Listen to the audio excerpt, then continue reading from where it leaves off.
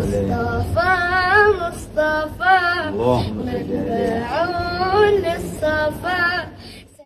بسم الله الرحمن الرحيم. الحمد لله رب العالمين والصلاة والسلام على أشرف الأنبياء والمرسلين سيدنا محمد وعلى آله وصحبه أجمعين وبعد. قال الإمام ابن عطاء الله السكندري في كتابه الحكم ila Anggal radhiyallahu anhu, hikmah yang ke-47, keutamaan berzikir.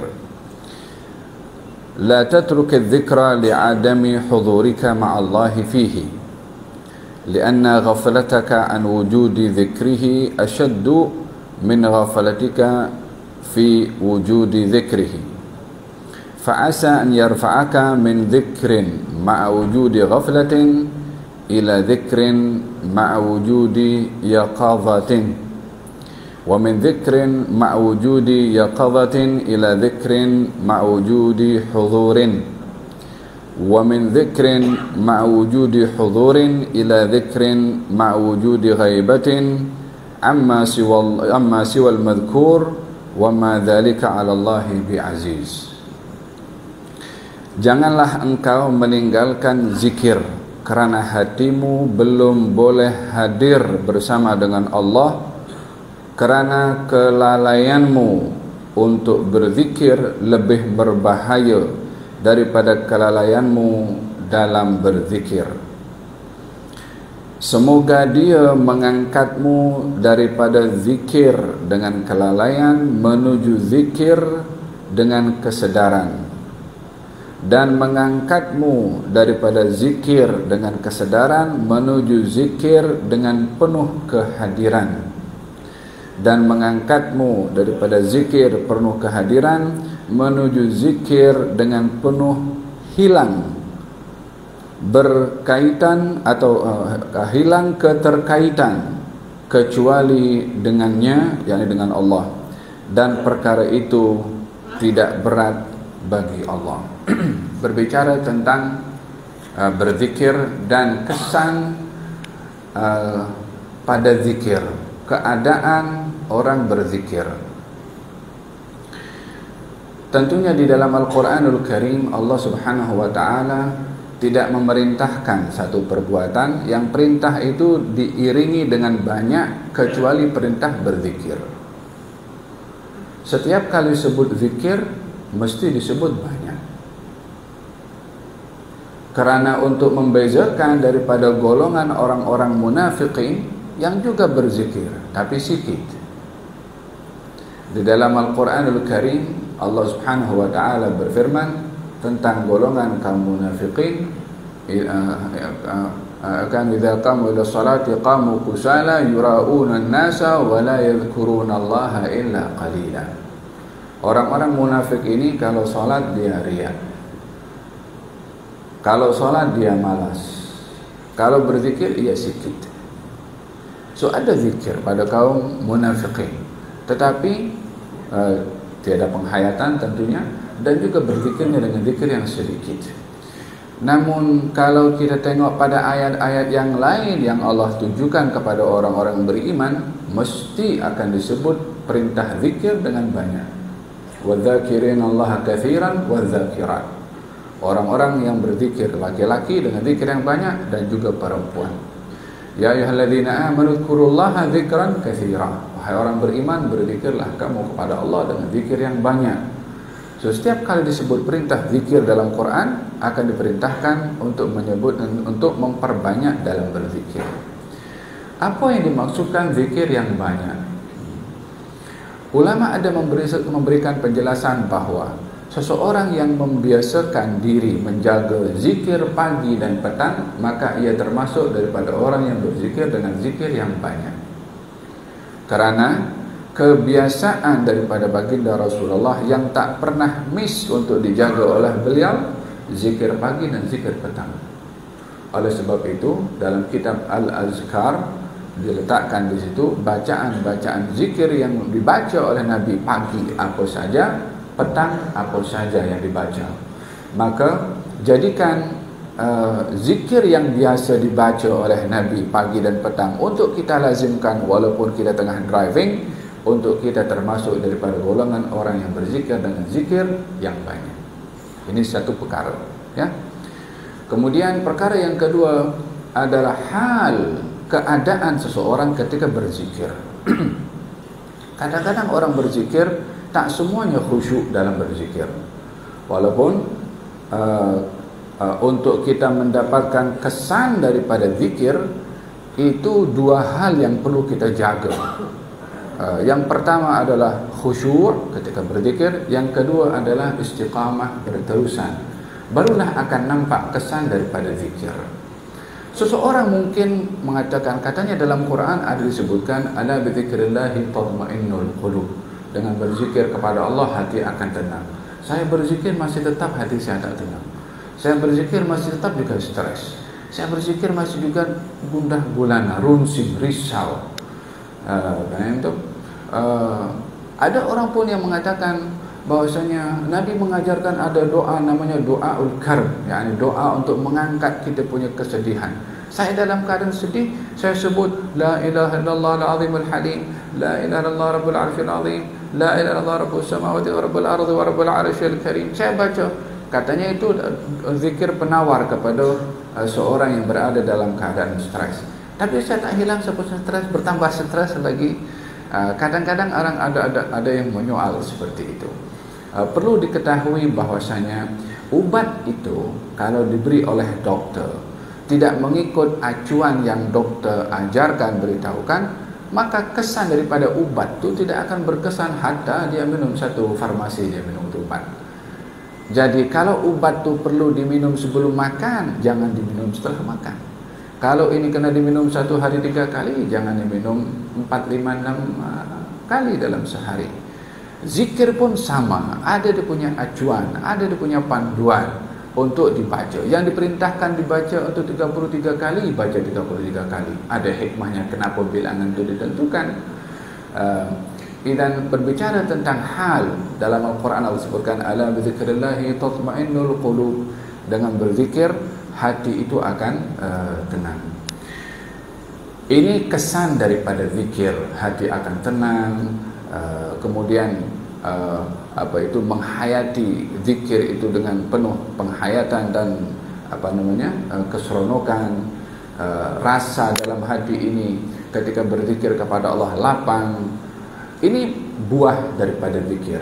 Tetapi tidak mudah untuk didapat kesan itu kalau tidak mengikut apa yang diatur pada caranya ketika berzikir. Yang paling utama sekali di dalam seorang itu untuk mendapatkan kesan daripada zikir, yang pertama adalah al-khusyu' dan yang kedua adalah istiqamah. Berterusannya zikir itu akan menyebabkan datangnya hikmah yang Allah simpan pada zikir itu. Dalam hikmah ini katanya tak semua orang boleh fokus dalam berzikir. Katanya janganlah engkau meninggalkan zikir karena hatimu belum boleh hadir, belum boleh khusyuk. Kita dalam Al-Quranul Karim Allah berfirman tentang syarat khusyuk dalam berzikir. Ya ayyuhalladzina alam ya'ni lilladzina amanu an takhsha'a qulubuhum li dzikrillah wa ma nazala minal haqq. Bukankah sudah tiba waktunya bagi orang beriman untuk khusyuk ketika berzikir? Untuk khusyuk ketika berzikir bermakna zikir satu hal, khusyuk saat berzikir satu hal yang perlu ada bagi orang yang berzikir.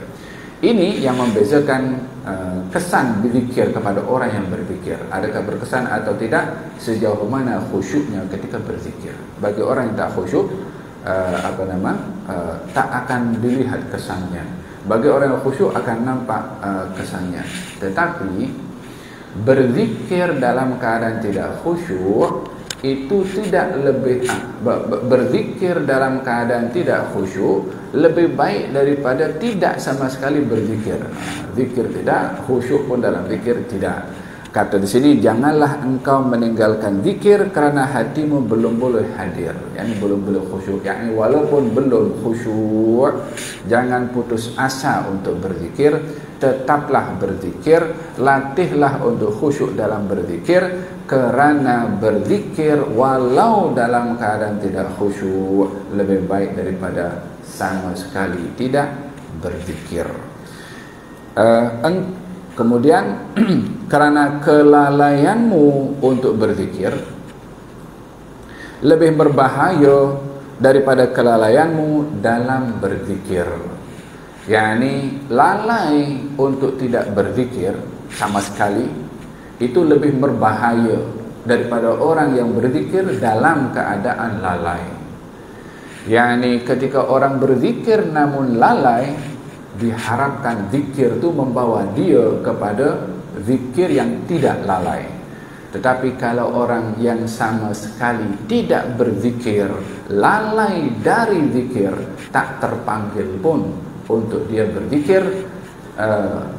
Sabda baginda Rasulullah sallallahu alaihi wasallam, "Mathalul ladzi yadhkurullah wal ladzi la yadhkurullah kamathal hayy wal mayyit." Umpama orang yang berzikir dan orang yang tidak berzikir, umpama orang yang hidup dan orang yang mati. Yakni orang yang hidup di sini yang dimaksudkan adalah kesan zikir pada hati, dan orang yang mati di sini hilangnya kesan zikir kepada hati bagi orang yang tidak berzikir. Oleh sebab itu diberikan di dalam Al-Qur'anul Karim, Allah Subhanahu wa taala berfirman, "Afaman kana yamshi," adakah orang yang berjalan di atas muka bumi ini, wa huwa ala nurin min rabbih, dia berjalan di atas muka bumi mendapatkan nur daripada Tuhannya, sama dengan orang yang dia berjalan dalam keadaan gelap di atas muka bumi ini. yakni orang jalan di atas muka bumi hidup dalam keadaan beriman, berzikir kepada Allah, dengan orang hidup tidak beriman dan tidak ingat kepada Allah. Tidak sama. Allah Subhanahu wa taala menafikan kesamaan kedudukan orang yang ingat kepada Allah dan orang yang lalai kepada Allah. Kemudian dalam ayat yang lain, "Afaman kana maitan fa ahyayna," adakah orang yang mati aku hidupkan, sama dengan orang yang dia berjalan dalam kegelapan, yakni orang yang hidup tanpa ada ingat kepada Allah, umpama orang yang mati.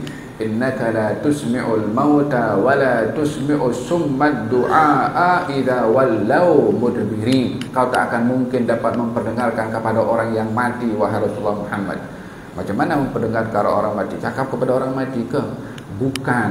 Hatinya mati daripada mengingati Allah, tertutup untuk menerima nasihat atau kebenaran disampaikan oleh Nabi SAW.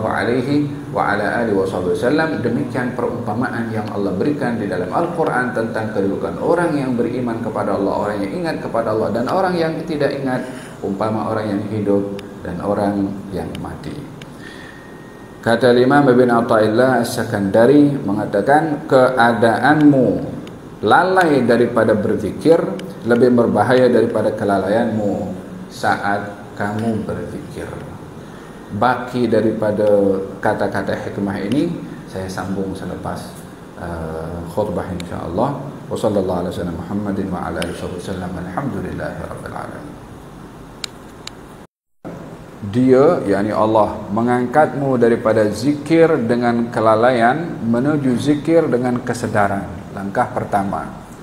Dan mengangkatmu daripada zikir dengan kesedaran menuju zikir penuh kehadiran. 2. Dan mengangkatmu daripada zikir menuju penuh kehadiran menuju zikir penuh hilang keterkaitan kecuali dengannya. 3. Dan perkara ini tidak berat bagi Allah, yakni untuk memberikan kepada seseorang 3 peringkat tadi: zikir sedar, zikir hadir, zikir hilang daripada selain Allah Subhanahu wa taala. Kedudukan ini kita dalam keadaan manusia itu terkadang timbul sesuatu alla syu'ur di luar dia punya kawalan, di luar dia punya perasaan, bertindak sesuatu di luar kawalannya. Kadang-kadang karena emosi dia bertindak sesuatu yang dia tak sedar apa dia buat. Karena apa yang ada di dalam tu, mungkin dia banting pinggan, atau mungkin dia tutup pintu dengan kuat, atau mungkin dia pukul kereta, dan atau pukul meja, berbagai macam reaksi daripada tubuh badan ini bila berlaku sesuatu di dalam ini, ya kan? Kita dalam hadis Nabi Muhammad SAW diceritakan bagaimana keadaan di dalam ini boleh menjadikan tubuh badan lost control sehingga tak tahu apa dia cakap. Dalam hadis Nabi Muhammad SAW diceritakan perumpamaan orang itu yang bertaubat kepada Allah. Katanya Allah itu gembira dengan taubatnya seorang hamba lebih daripada gembiranya seorang hamba yang bermusafir di dalam tengah-tengah safar di padang pasir. Dia rehat dan tidur, lalu onta yang ada di atas onta itu bekal makan dan minumnya, ontanya itu jalan, yakni terlepas ikatannya, jalan dan hilang. Jadi orang itu ketika bangkit nampak ontanya tiada, maka dia pun sudah putus asa dan sudah yakin dirinya akan binasa. Dalam keadaan dia sedih seperti itu, ketika tidur sekali lagi, kemudian dia buka mata, nampak onta ada di hadapannya. Gembiranya si hamba tadi melihat ontanya dijumpai sekali lagi, dia mengatakan, lakal hamdu ya Rabb, segala puji bagimu ya Allah, engkau adalah hamba aku adalah Tuhan engkau. Dia silap cakap nak kata engkau Tuhan aku hamba engkau, karena terlalu gembira. Perasaan di dalam ini kadang-kadang menyebabkan sesuatu lost control pada baik pada lisan atau pada tindakan. Kalau itu berlaku dalam kehidupan keseharian kita, dalam hal-hal yang mungkin bersifat emosi ataupun mendapatkan keduniaan, ya kan? Orang kalau tengok ekspresi orang kalau tengok bola sepak tu, kalau sudah yang bawa itu nak masuk dalam gol dan masuk, semuanya melompat. Itu kadang mereka tak sedar dengan teriakan itu karena gembiranya. Itu dalam hal keseharian pun ada keadaan-keadaan di luar kawalan. Dalam keadaan orang berzikir kepada Allah Subhanahu wa taala, terkadang ada satu keadaan-keadaan di luar kawalannya. Kadang-kadang dia bergerak macam ni. Kadang-kadang lost control dia sampai melompat istilahnya. Kalau kita tengok bagaimana itu Jalaluddin Rumi punya cara dalam berzikir sampai dia pusing macam tu kan. Ya, orang mungkin menilai daripada satu sudutnya, zikir ini karena mesti tenang. Memang betul, zikir tu salah satu adabnya mesti tenang. Tetapi bila berlaku kepada orang yang berzikir namanya wujdan, yakni sesuatu di luar kawalannya, bukan dibuat-buat. Yang dibuat-buat tak elok lah dibuat-buat. Orang itu kalau membuat sesuatu yang bukan hakikat itu pada dirinya, tak manis seperti itu. Tapi kalau kata Sayyidina Ali bin Abi Thalib radhiyallahu anhu karramallahu wajhah, menggambarkan mereka para sahabat kalau sedang berzikir itu bergerak tubuh badannya umpama dahan pokok yang kena angin sepoi macam tu, bergerak sedikit-sedikit. Kadang-kadang ada yang di luar kawalan sampai melompat. Yang kalau keadaan seperti itu, yang sampai melompat itu, yang dikatakan zikir menari istilahnya, ya kan? Bila itu di luar kawalan, bila itu dia tak dapat kawal dirinya, dia bukan merupakan satu kesalahan yang besar. Karena kalau tadi orang mengatakan engkau Tuhan aku, engkau adalah hamba aku Tuhan engkau, itu kalau dikatakan dengan sedar boleh jadi kufur. Dia mengatakan engkau adalah hamba aku, tapi karena di luar kawalan, karena terlalu gembira, so kata-kata ini tak dikira dalam syarak. Sama juga dalam berzikir, bila di luar kawalan tindakan itu tidak menjadi tidak disabitkan hukum di dalam syarak karena di luar kawalan. Kalau kita tengok pada kata-kata ini, katanya semoga yakni seorang itu kalau membiasakan berzikir hatta dalam keadaan lalai, maka semoga zikir dengan lalai tadi boleh membawa dia dengan zikir dalam keadaan sedar. Yang dalam keadaan sedar maksudnya tidak lagi lalai. Bila dalam keadaan sedar, maka akan diangkat lagi oleh dalam keadaan khusyuk atau dalam keadaan hadir. Yakni berzikir dalam keadaan sedar berzikir sambil menghayati makna. Berzikir dalam keadaan khusyuk, dia fokus hanya kepada zikir yang dibaca. Orang cakap dia tak dengar, karena terlalu fokus kepada apa yang dia lakukan dalam zikir. Dan yang terakhir adalah zikir diangkat kepada dia hilang keterkaitan dengan selain Allah. Khalas, dia masuk dalam lautan ma'rifah kepada Allah Subhanahu wa taala. Dan ini sukar untuk digambarkan, sebab ialah yang pertama kita tak sampai kepada makam tu, nak explain pun macam mana juga, ya kan. Dia ahwal yang ada kepada mereka para arifin. Walihada kata Imam Abdullah bin Al-Haddad, dia mengatakan itu ada makam, istilahnya makam fana. Makam fana itu, makam fana diguna pakai oleh ulama-ulama besar seperti Izzuddin bin Abdus Salam, dan ramai lagi ulama-ulama menceritakan tentang kedudukan fana. Fana ini orang yang hilang daripada selain Allah, yakni masuk di dalam pintu zikir, khalas, berenang dalam lautan, dia memahami rahasia yang dibuka oleh Allah Subhanahu wa taala daripada makna-makna zikir. Seorang sahabat Nabi SAW mengatakan kepada baginda Rasulullah, katanya, ya Rasulullah, ditanya, bagaimana keadaanmu hari ini? Katanya, saya hari ini ya Allah, ya Rasulullah, dalam keadaan beriman kepada Allah. Dan apa buktinya? Ya Rasulullah, kalau diletakkan di hadapan saya batu dan emas, bagi saya sama. Tak tergerak hati ini kepada emas lebih daripada batu itu. Bagi saya sama. Maknanya tak ada lagi kecenderungan kepada keduniaan. Dan saya seakan-akan melihat arsy-Nya Allah nampak depan mata saya. Dan saya melihat penghuni syurga sedang menikmati dalam syurga, dan saya melihat penghuni neraka sedang kesakitan dalam neraka. Padahal semua itu umur ghaibiyah. Macam mana seseorang akan boleh melihat arsy-Nya Allah, melihat penghuni syurga, melihat penghuni neraka, kalau bukan oleh kerana dibuka hijab oleh Allah Subhanahu wa taala kepada orang itu.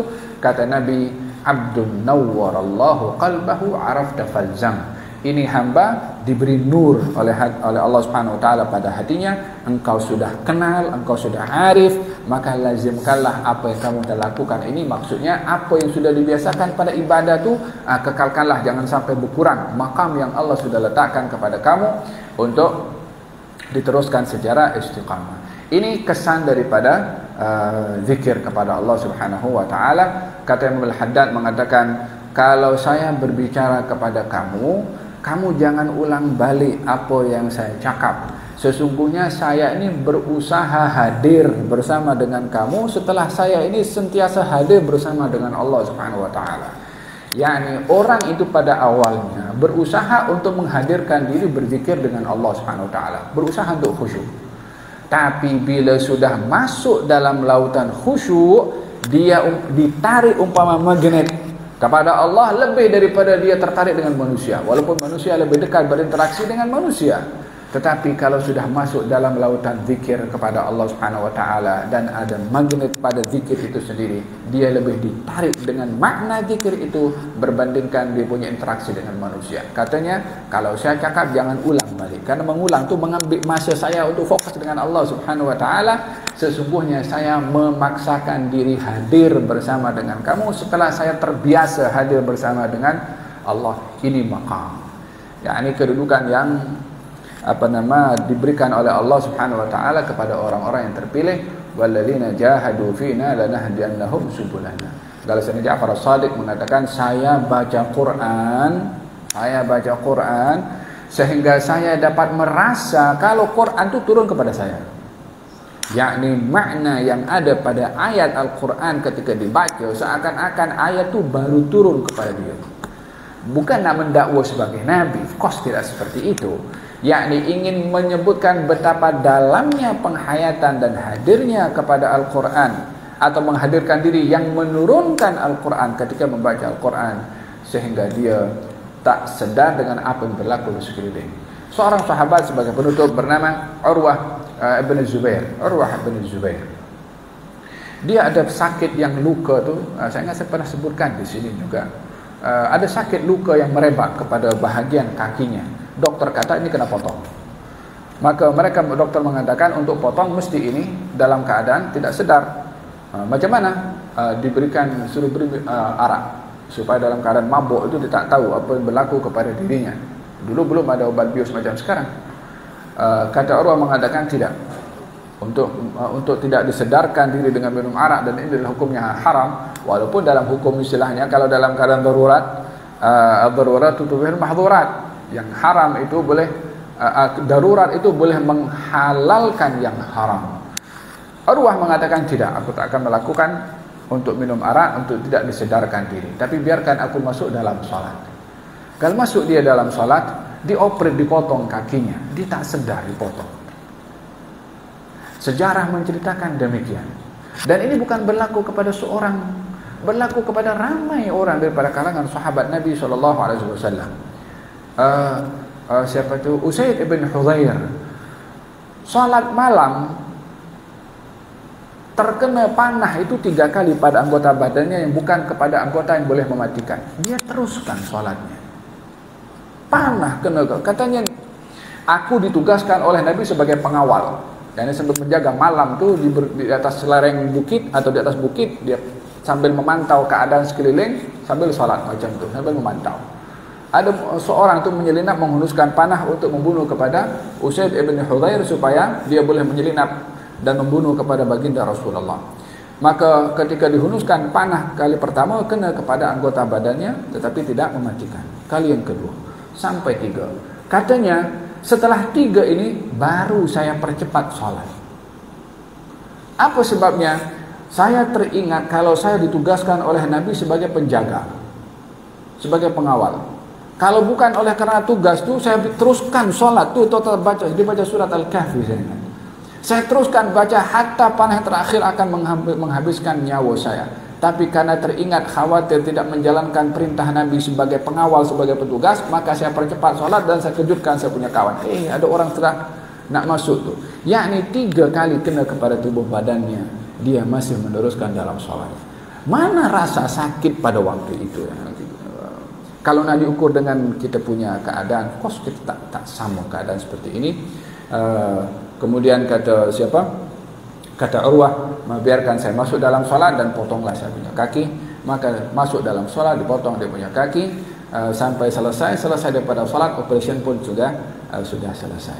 Ini hal keadaan orang ketika dia sedang fokus bersama dengan Allah Subhanahu wa taala, hilang rasa daripada keterkaitan dengan sekeliling, dan ini kedudukan yang diberikan oleh Allah kepada orang-orang yang dipilih. Moga-moga Allah Subhanahu wa taala anugerahkan kepada kita berzikir hatta dalam keadaan lalai, dan Allah bimbing kita untuk berusaha untuk khusyuk dalam berzikir, untuk hadir dalam berzikir, untuk sedar dalam berzikir, sehingga dengan zikir yang awalnya lalai diangkat oleh Allah dengan zikir dalam keadaan sedar, daripada zikir sedar kepada zikir dalam keadaan hadir, dalam keadaan hadir diangkat oleh Allah sampai kepada keadaan hilang daripada selain Allah Subhanahu wa taala. Amin Allahumma amin. Wa sallallahu alaihi wasallam Muhammadin wa ala alihi wasallam. Alhamdulillahirabbil alamin.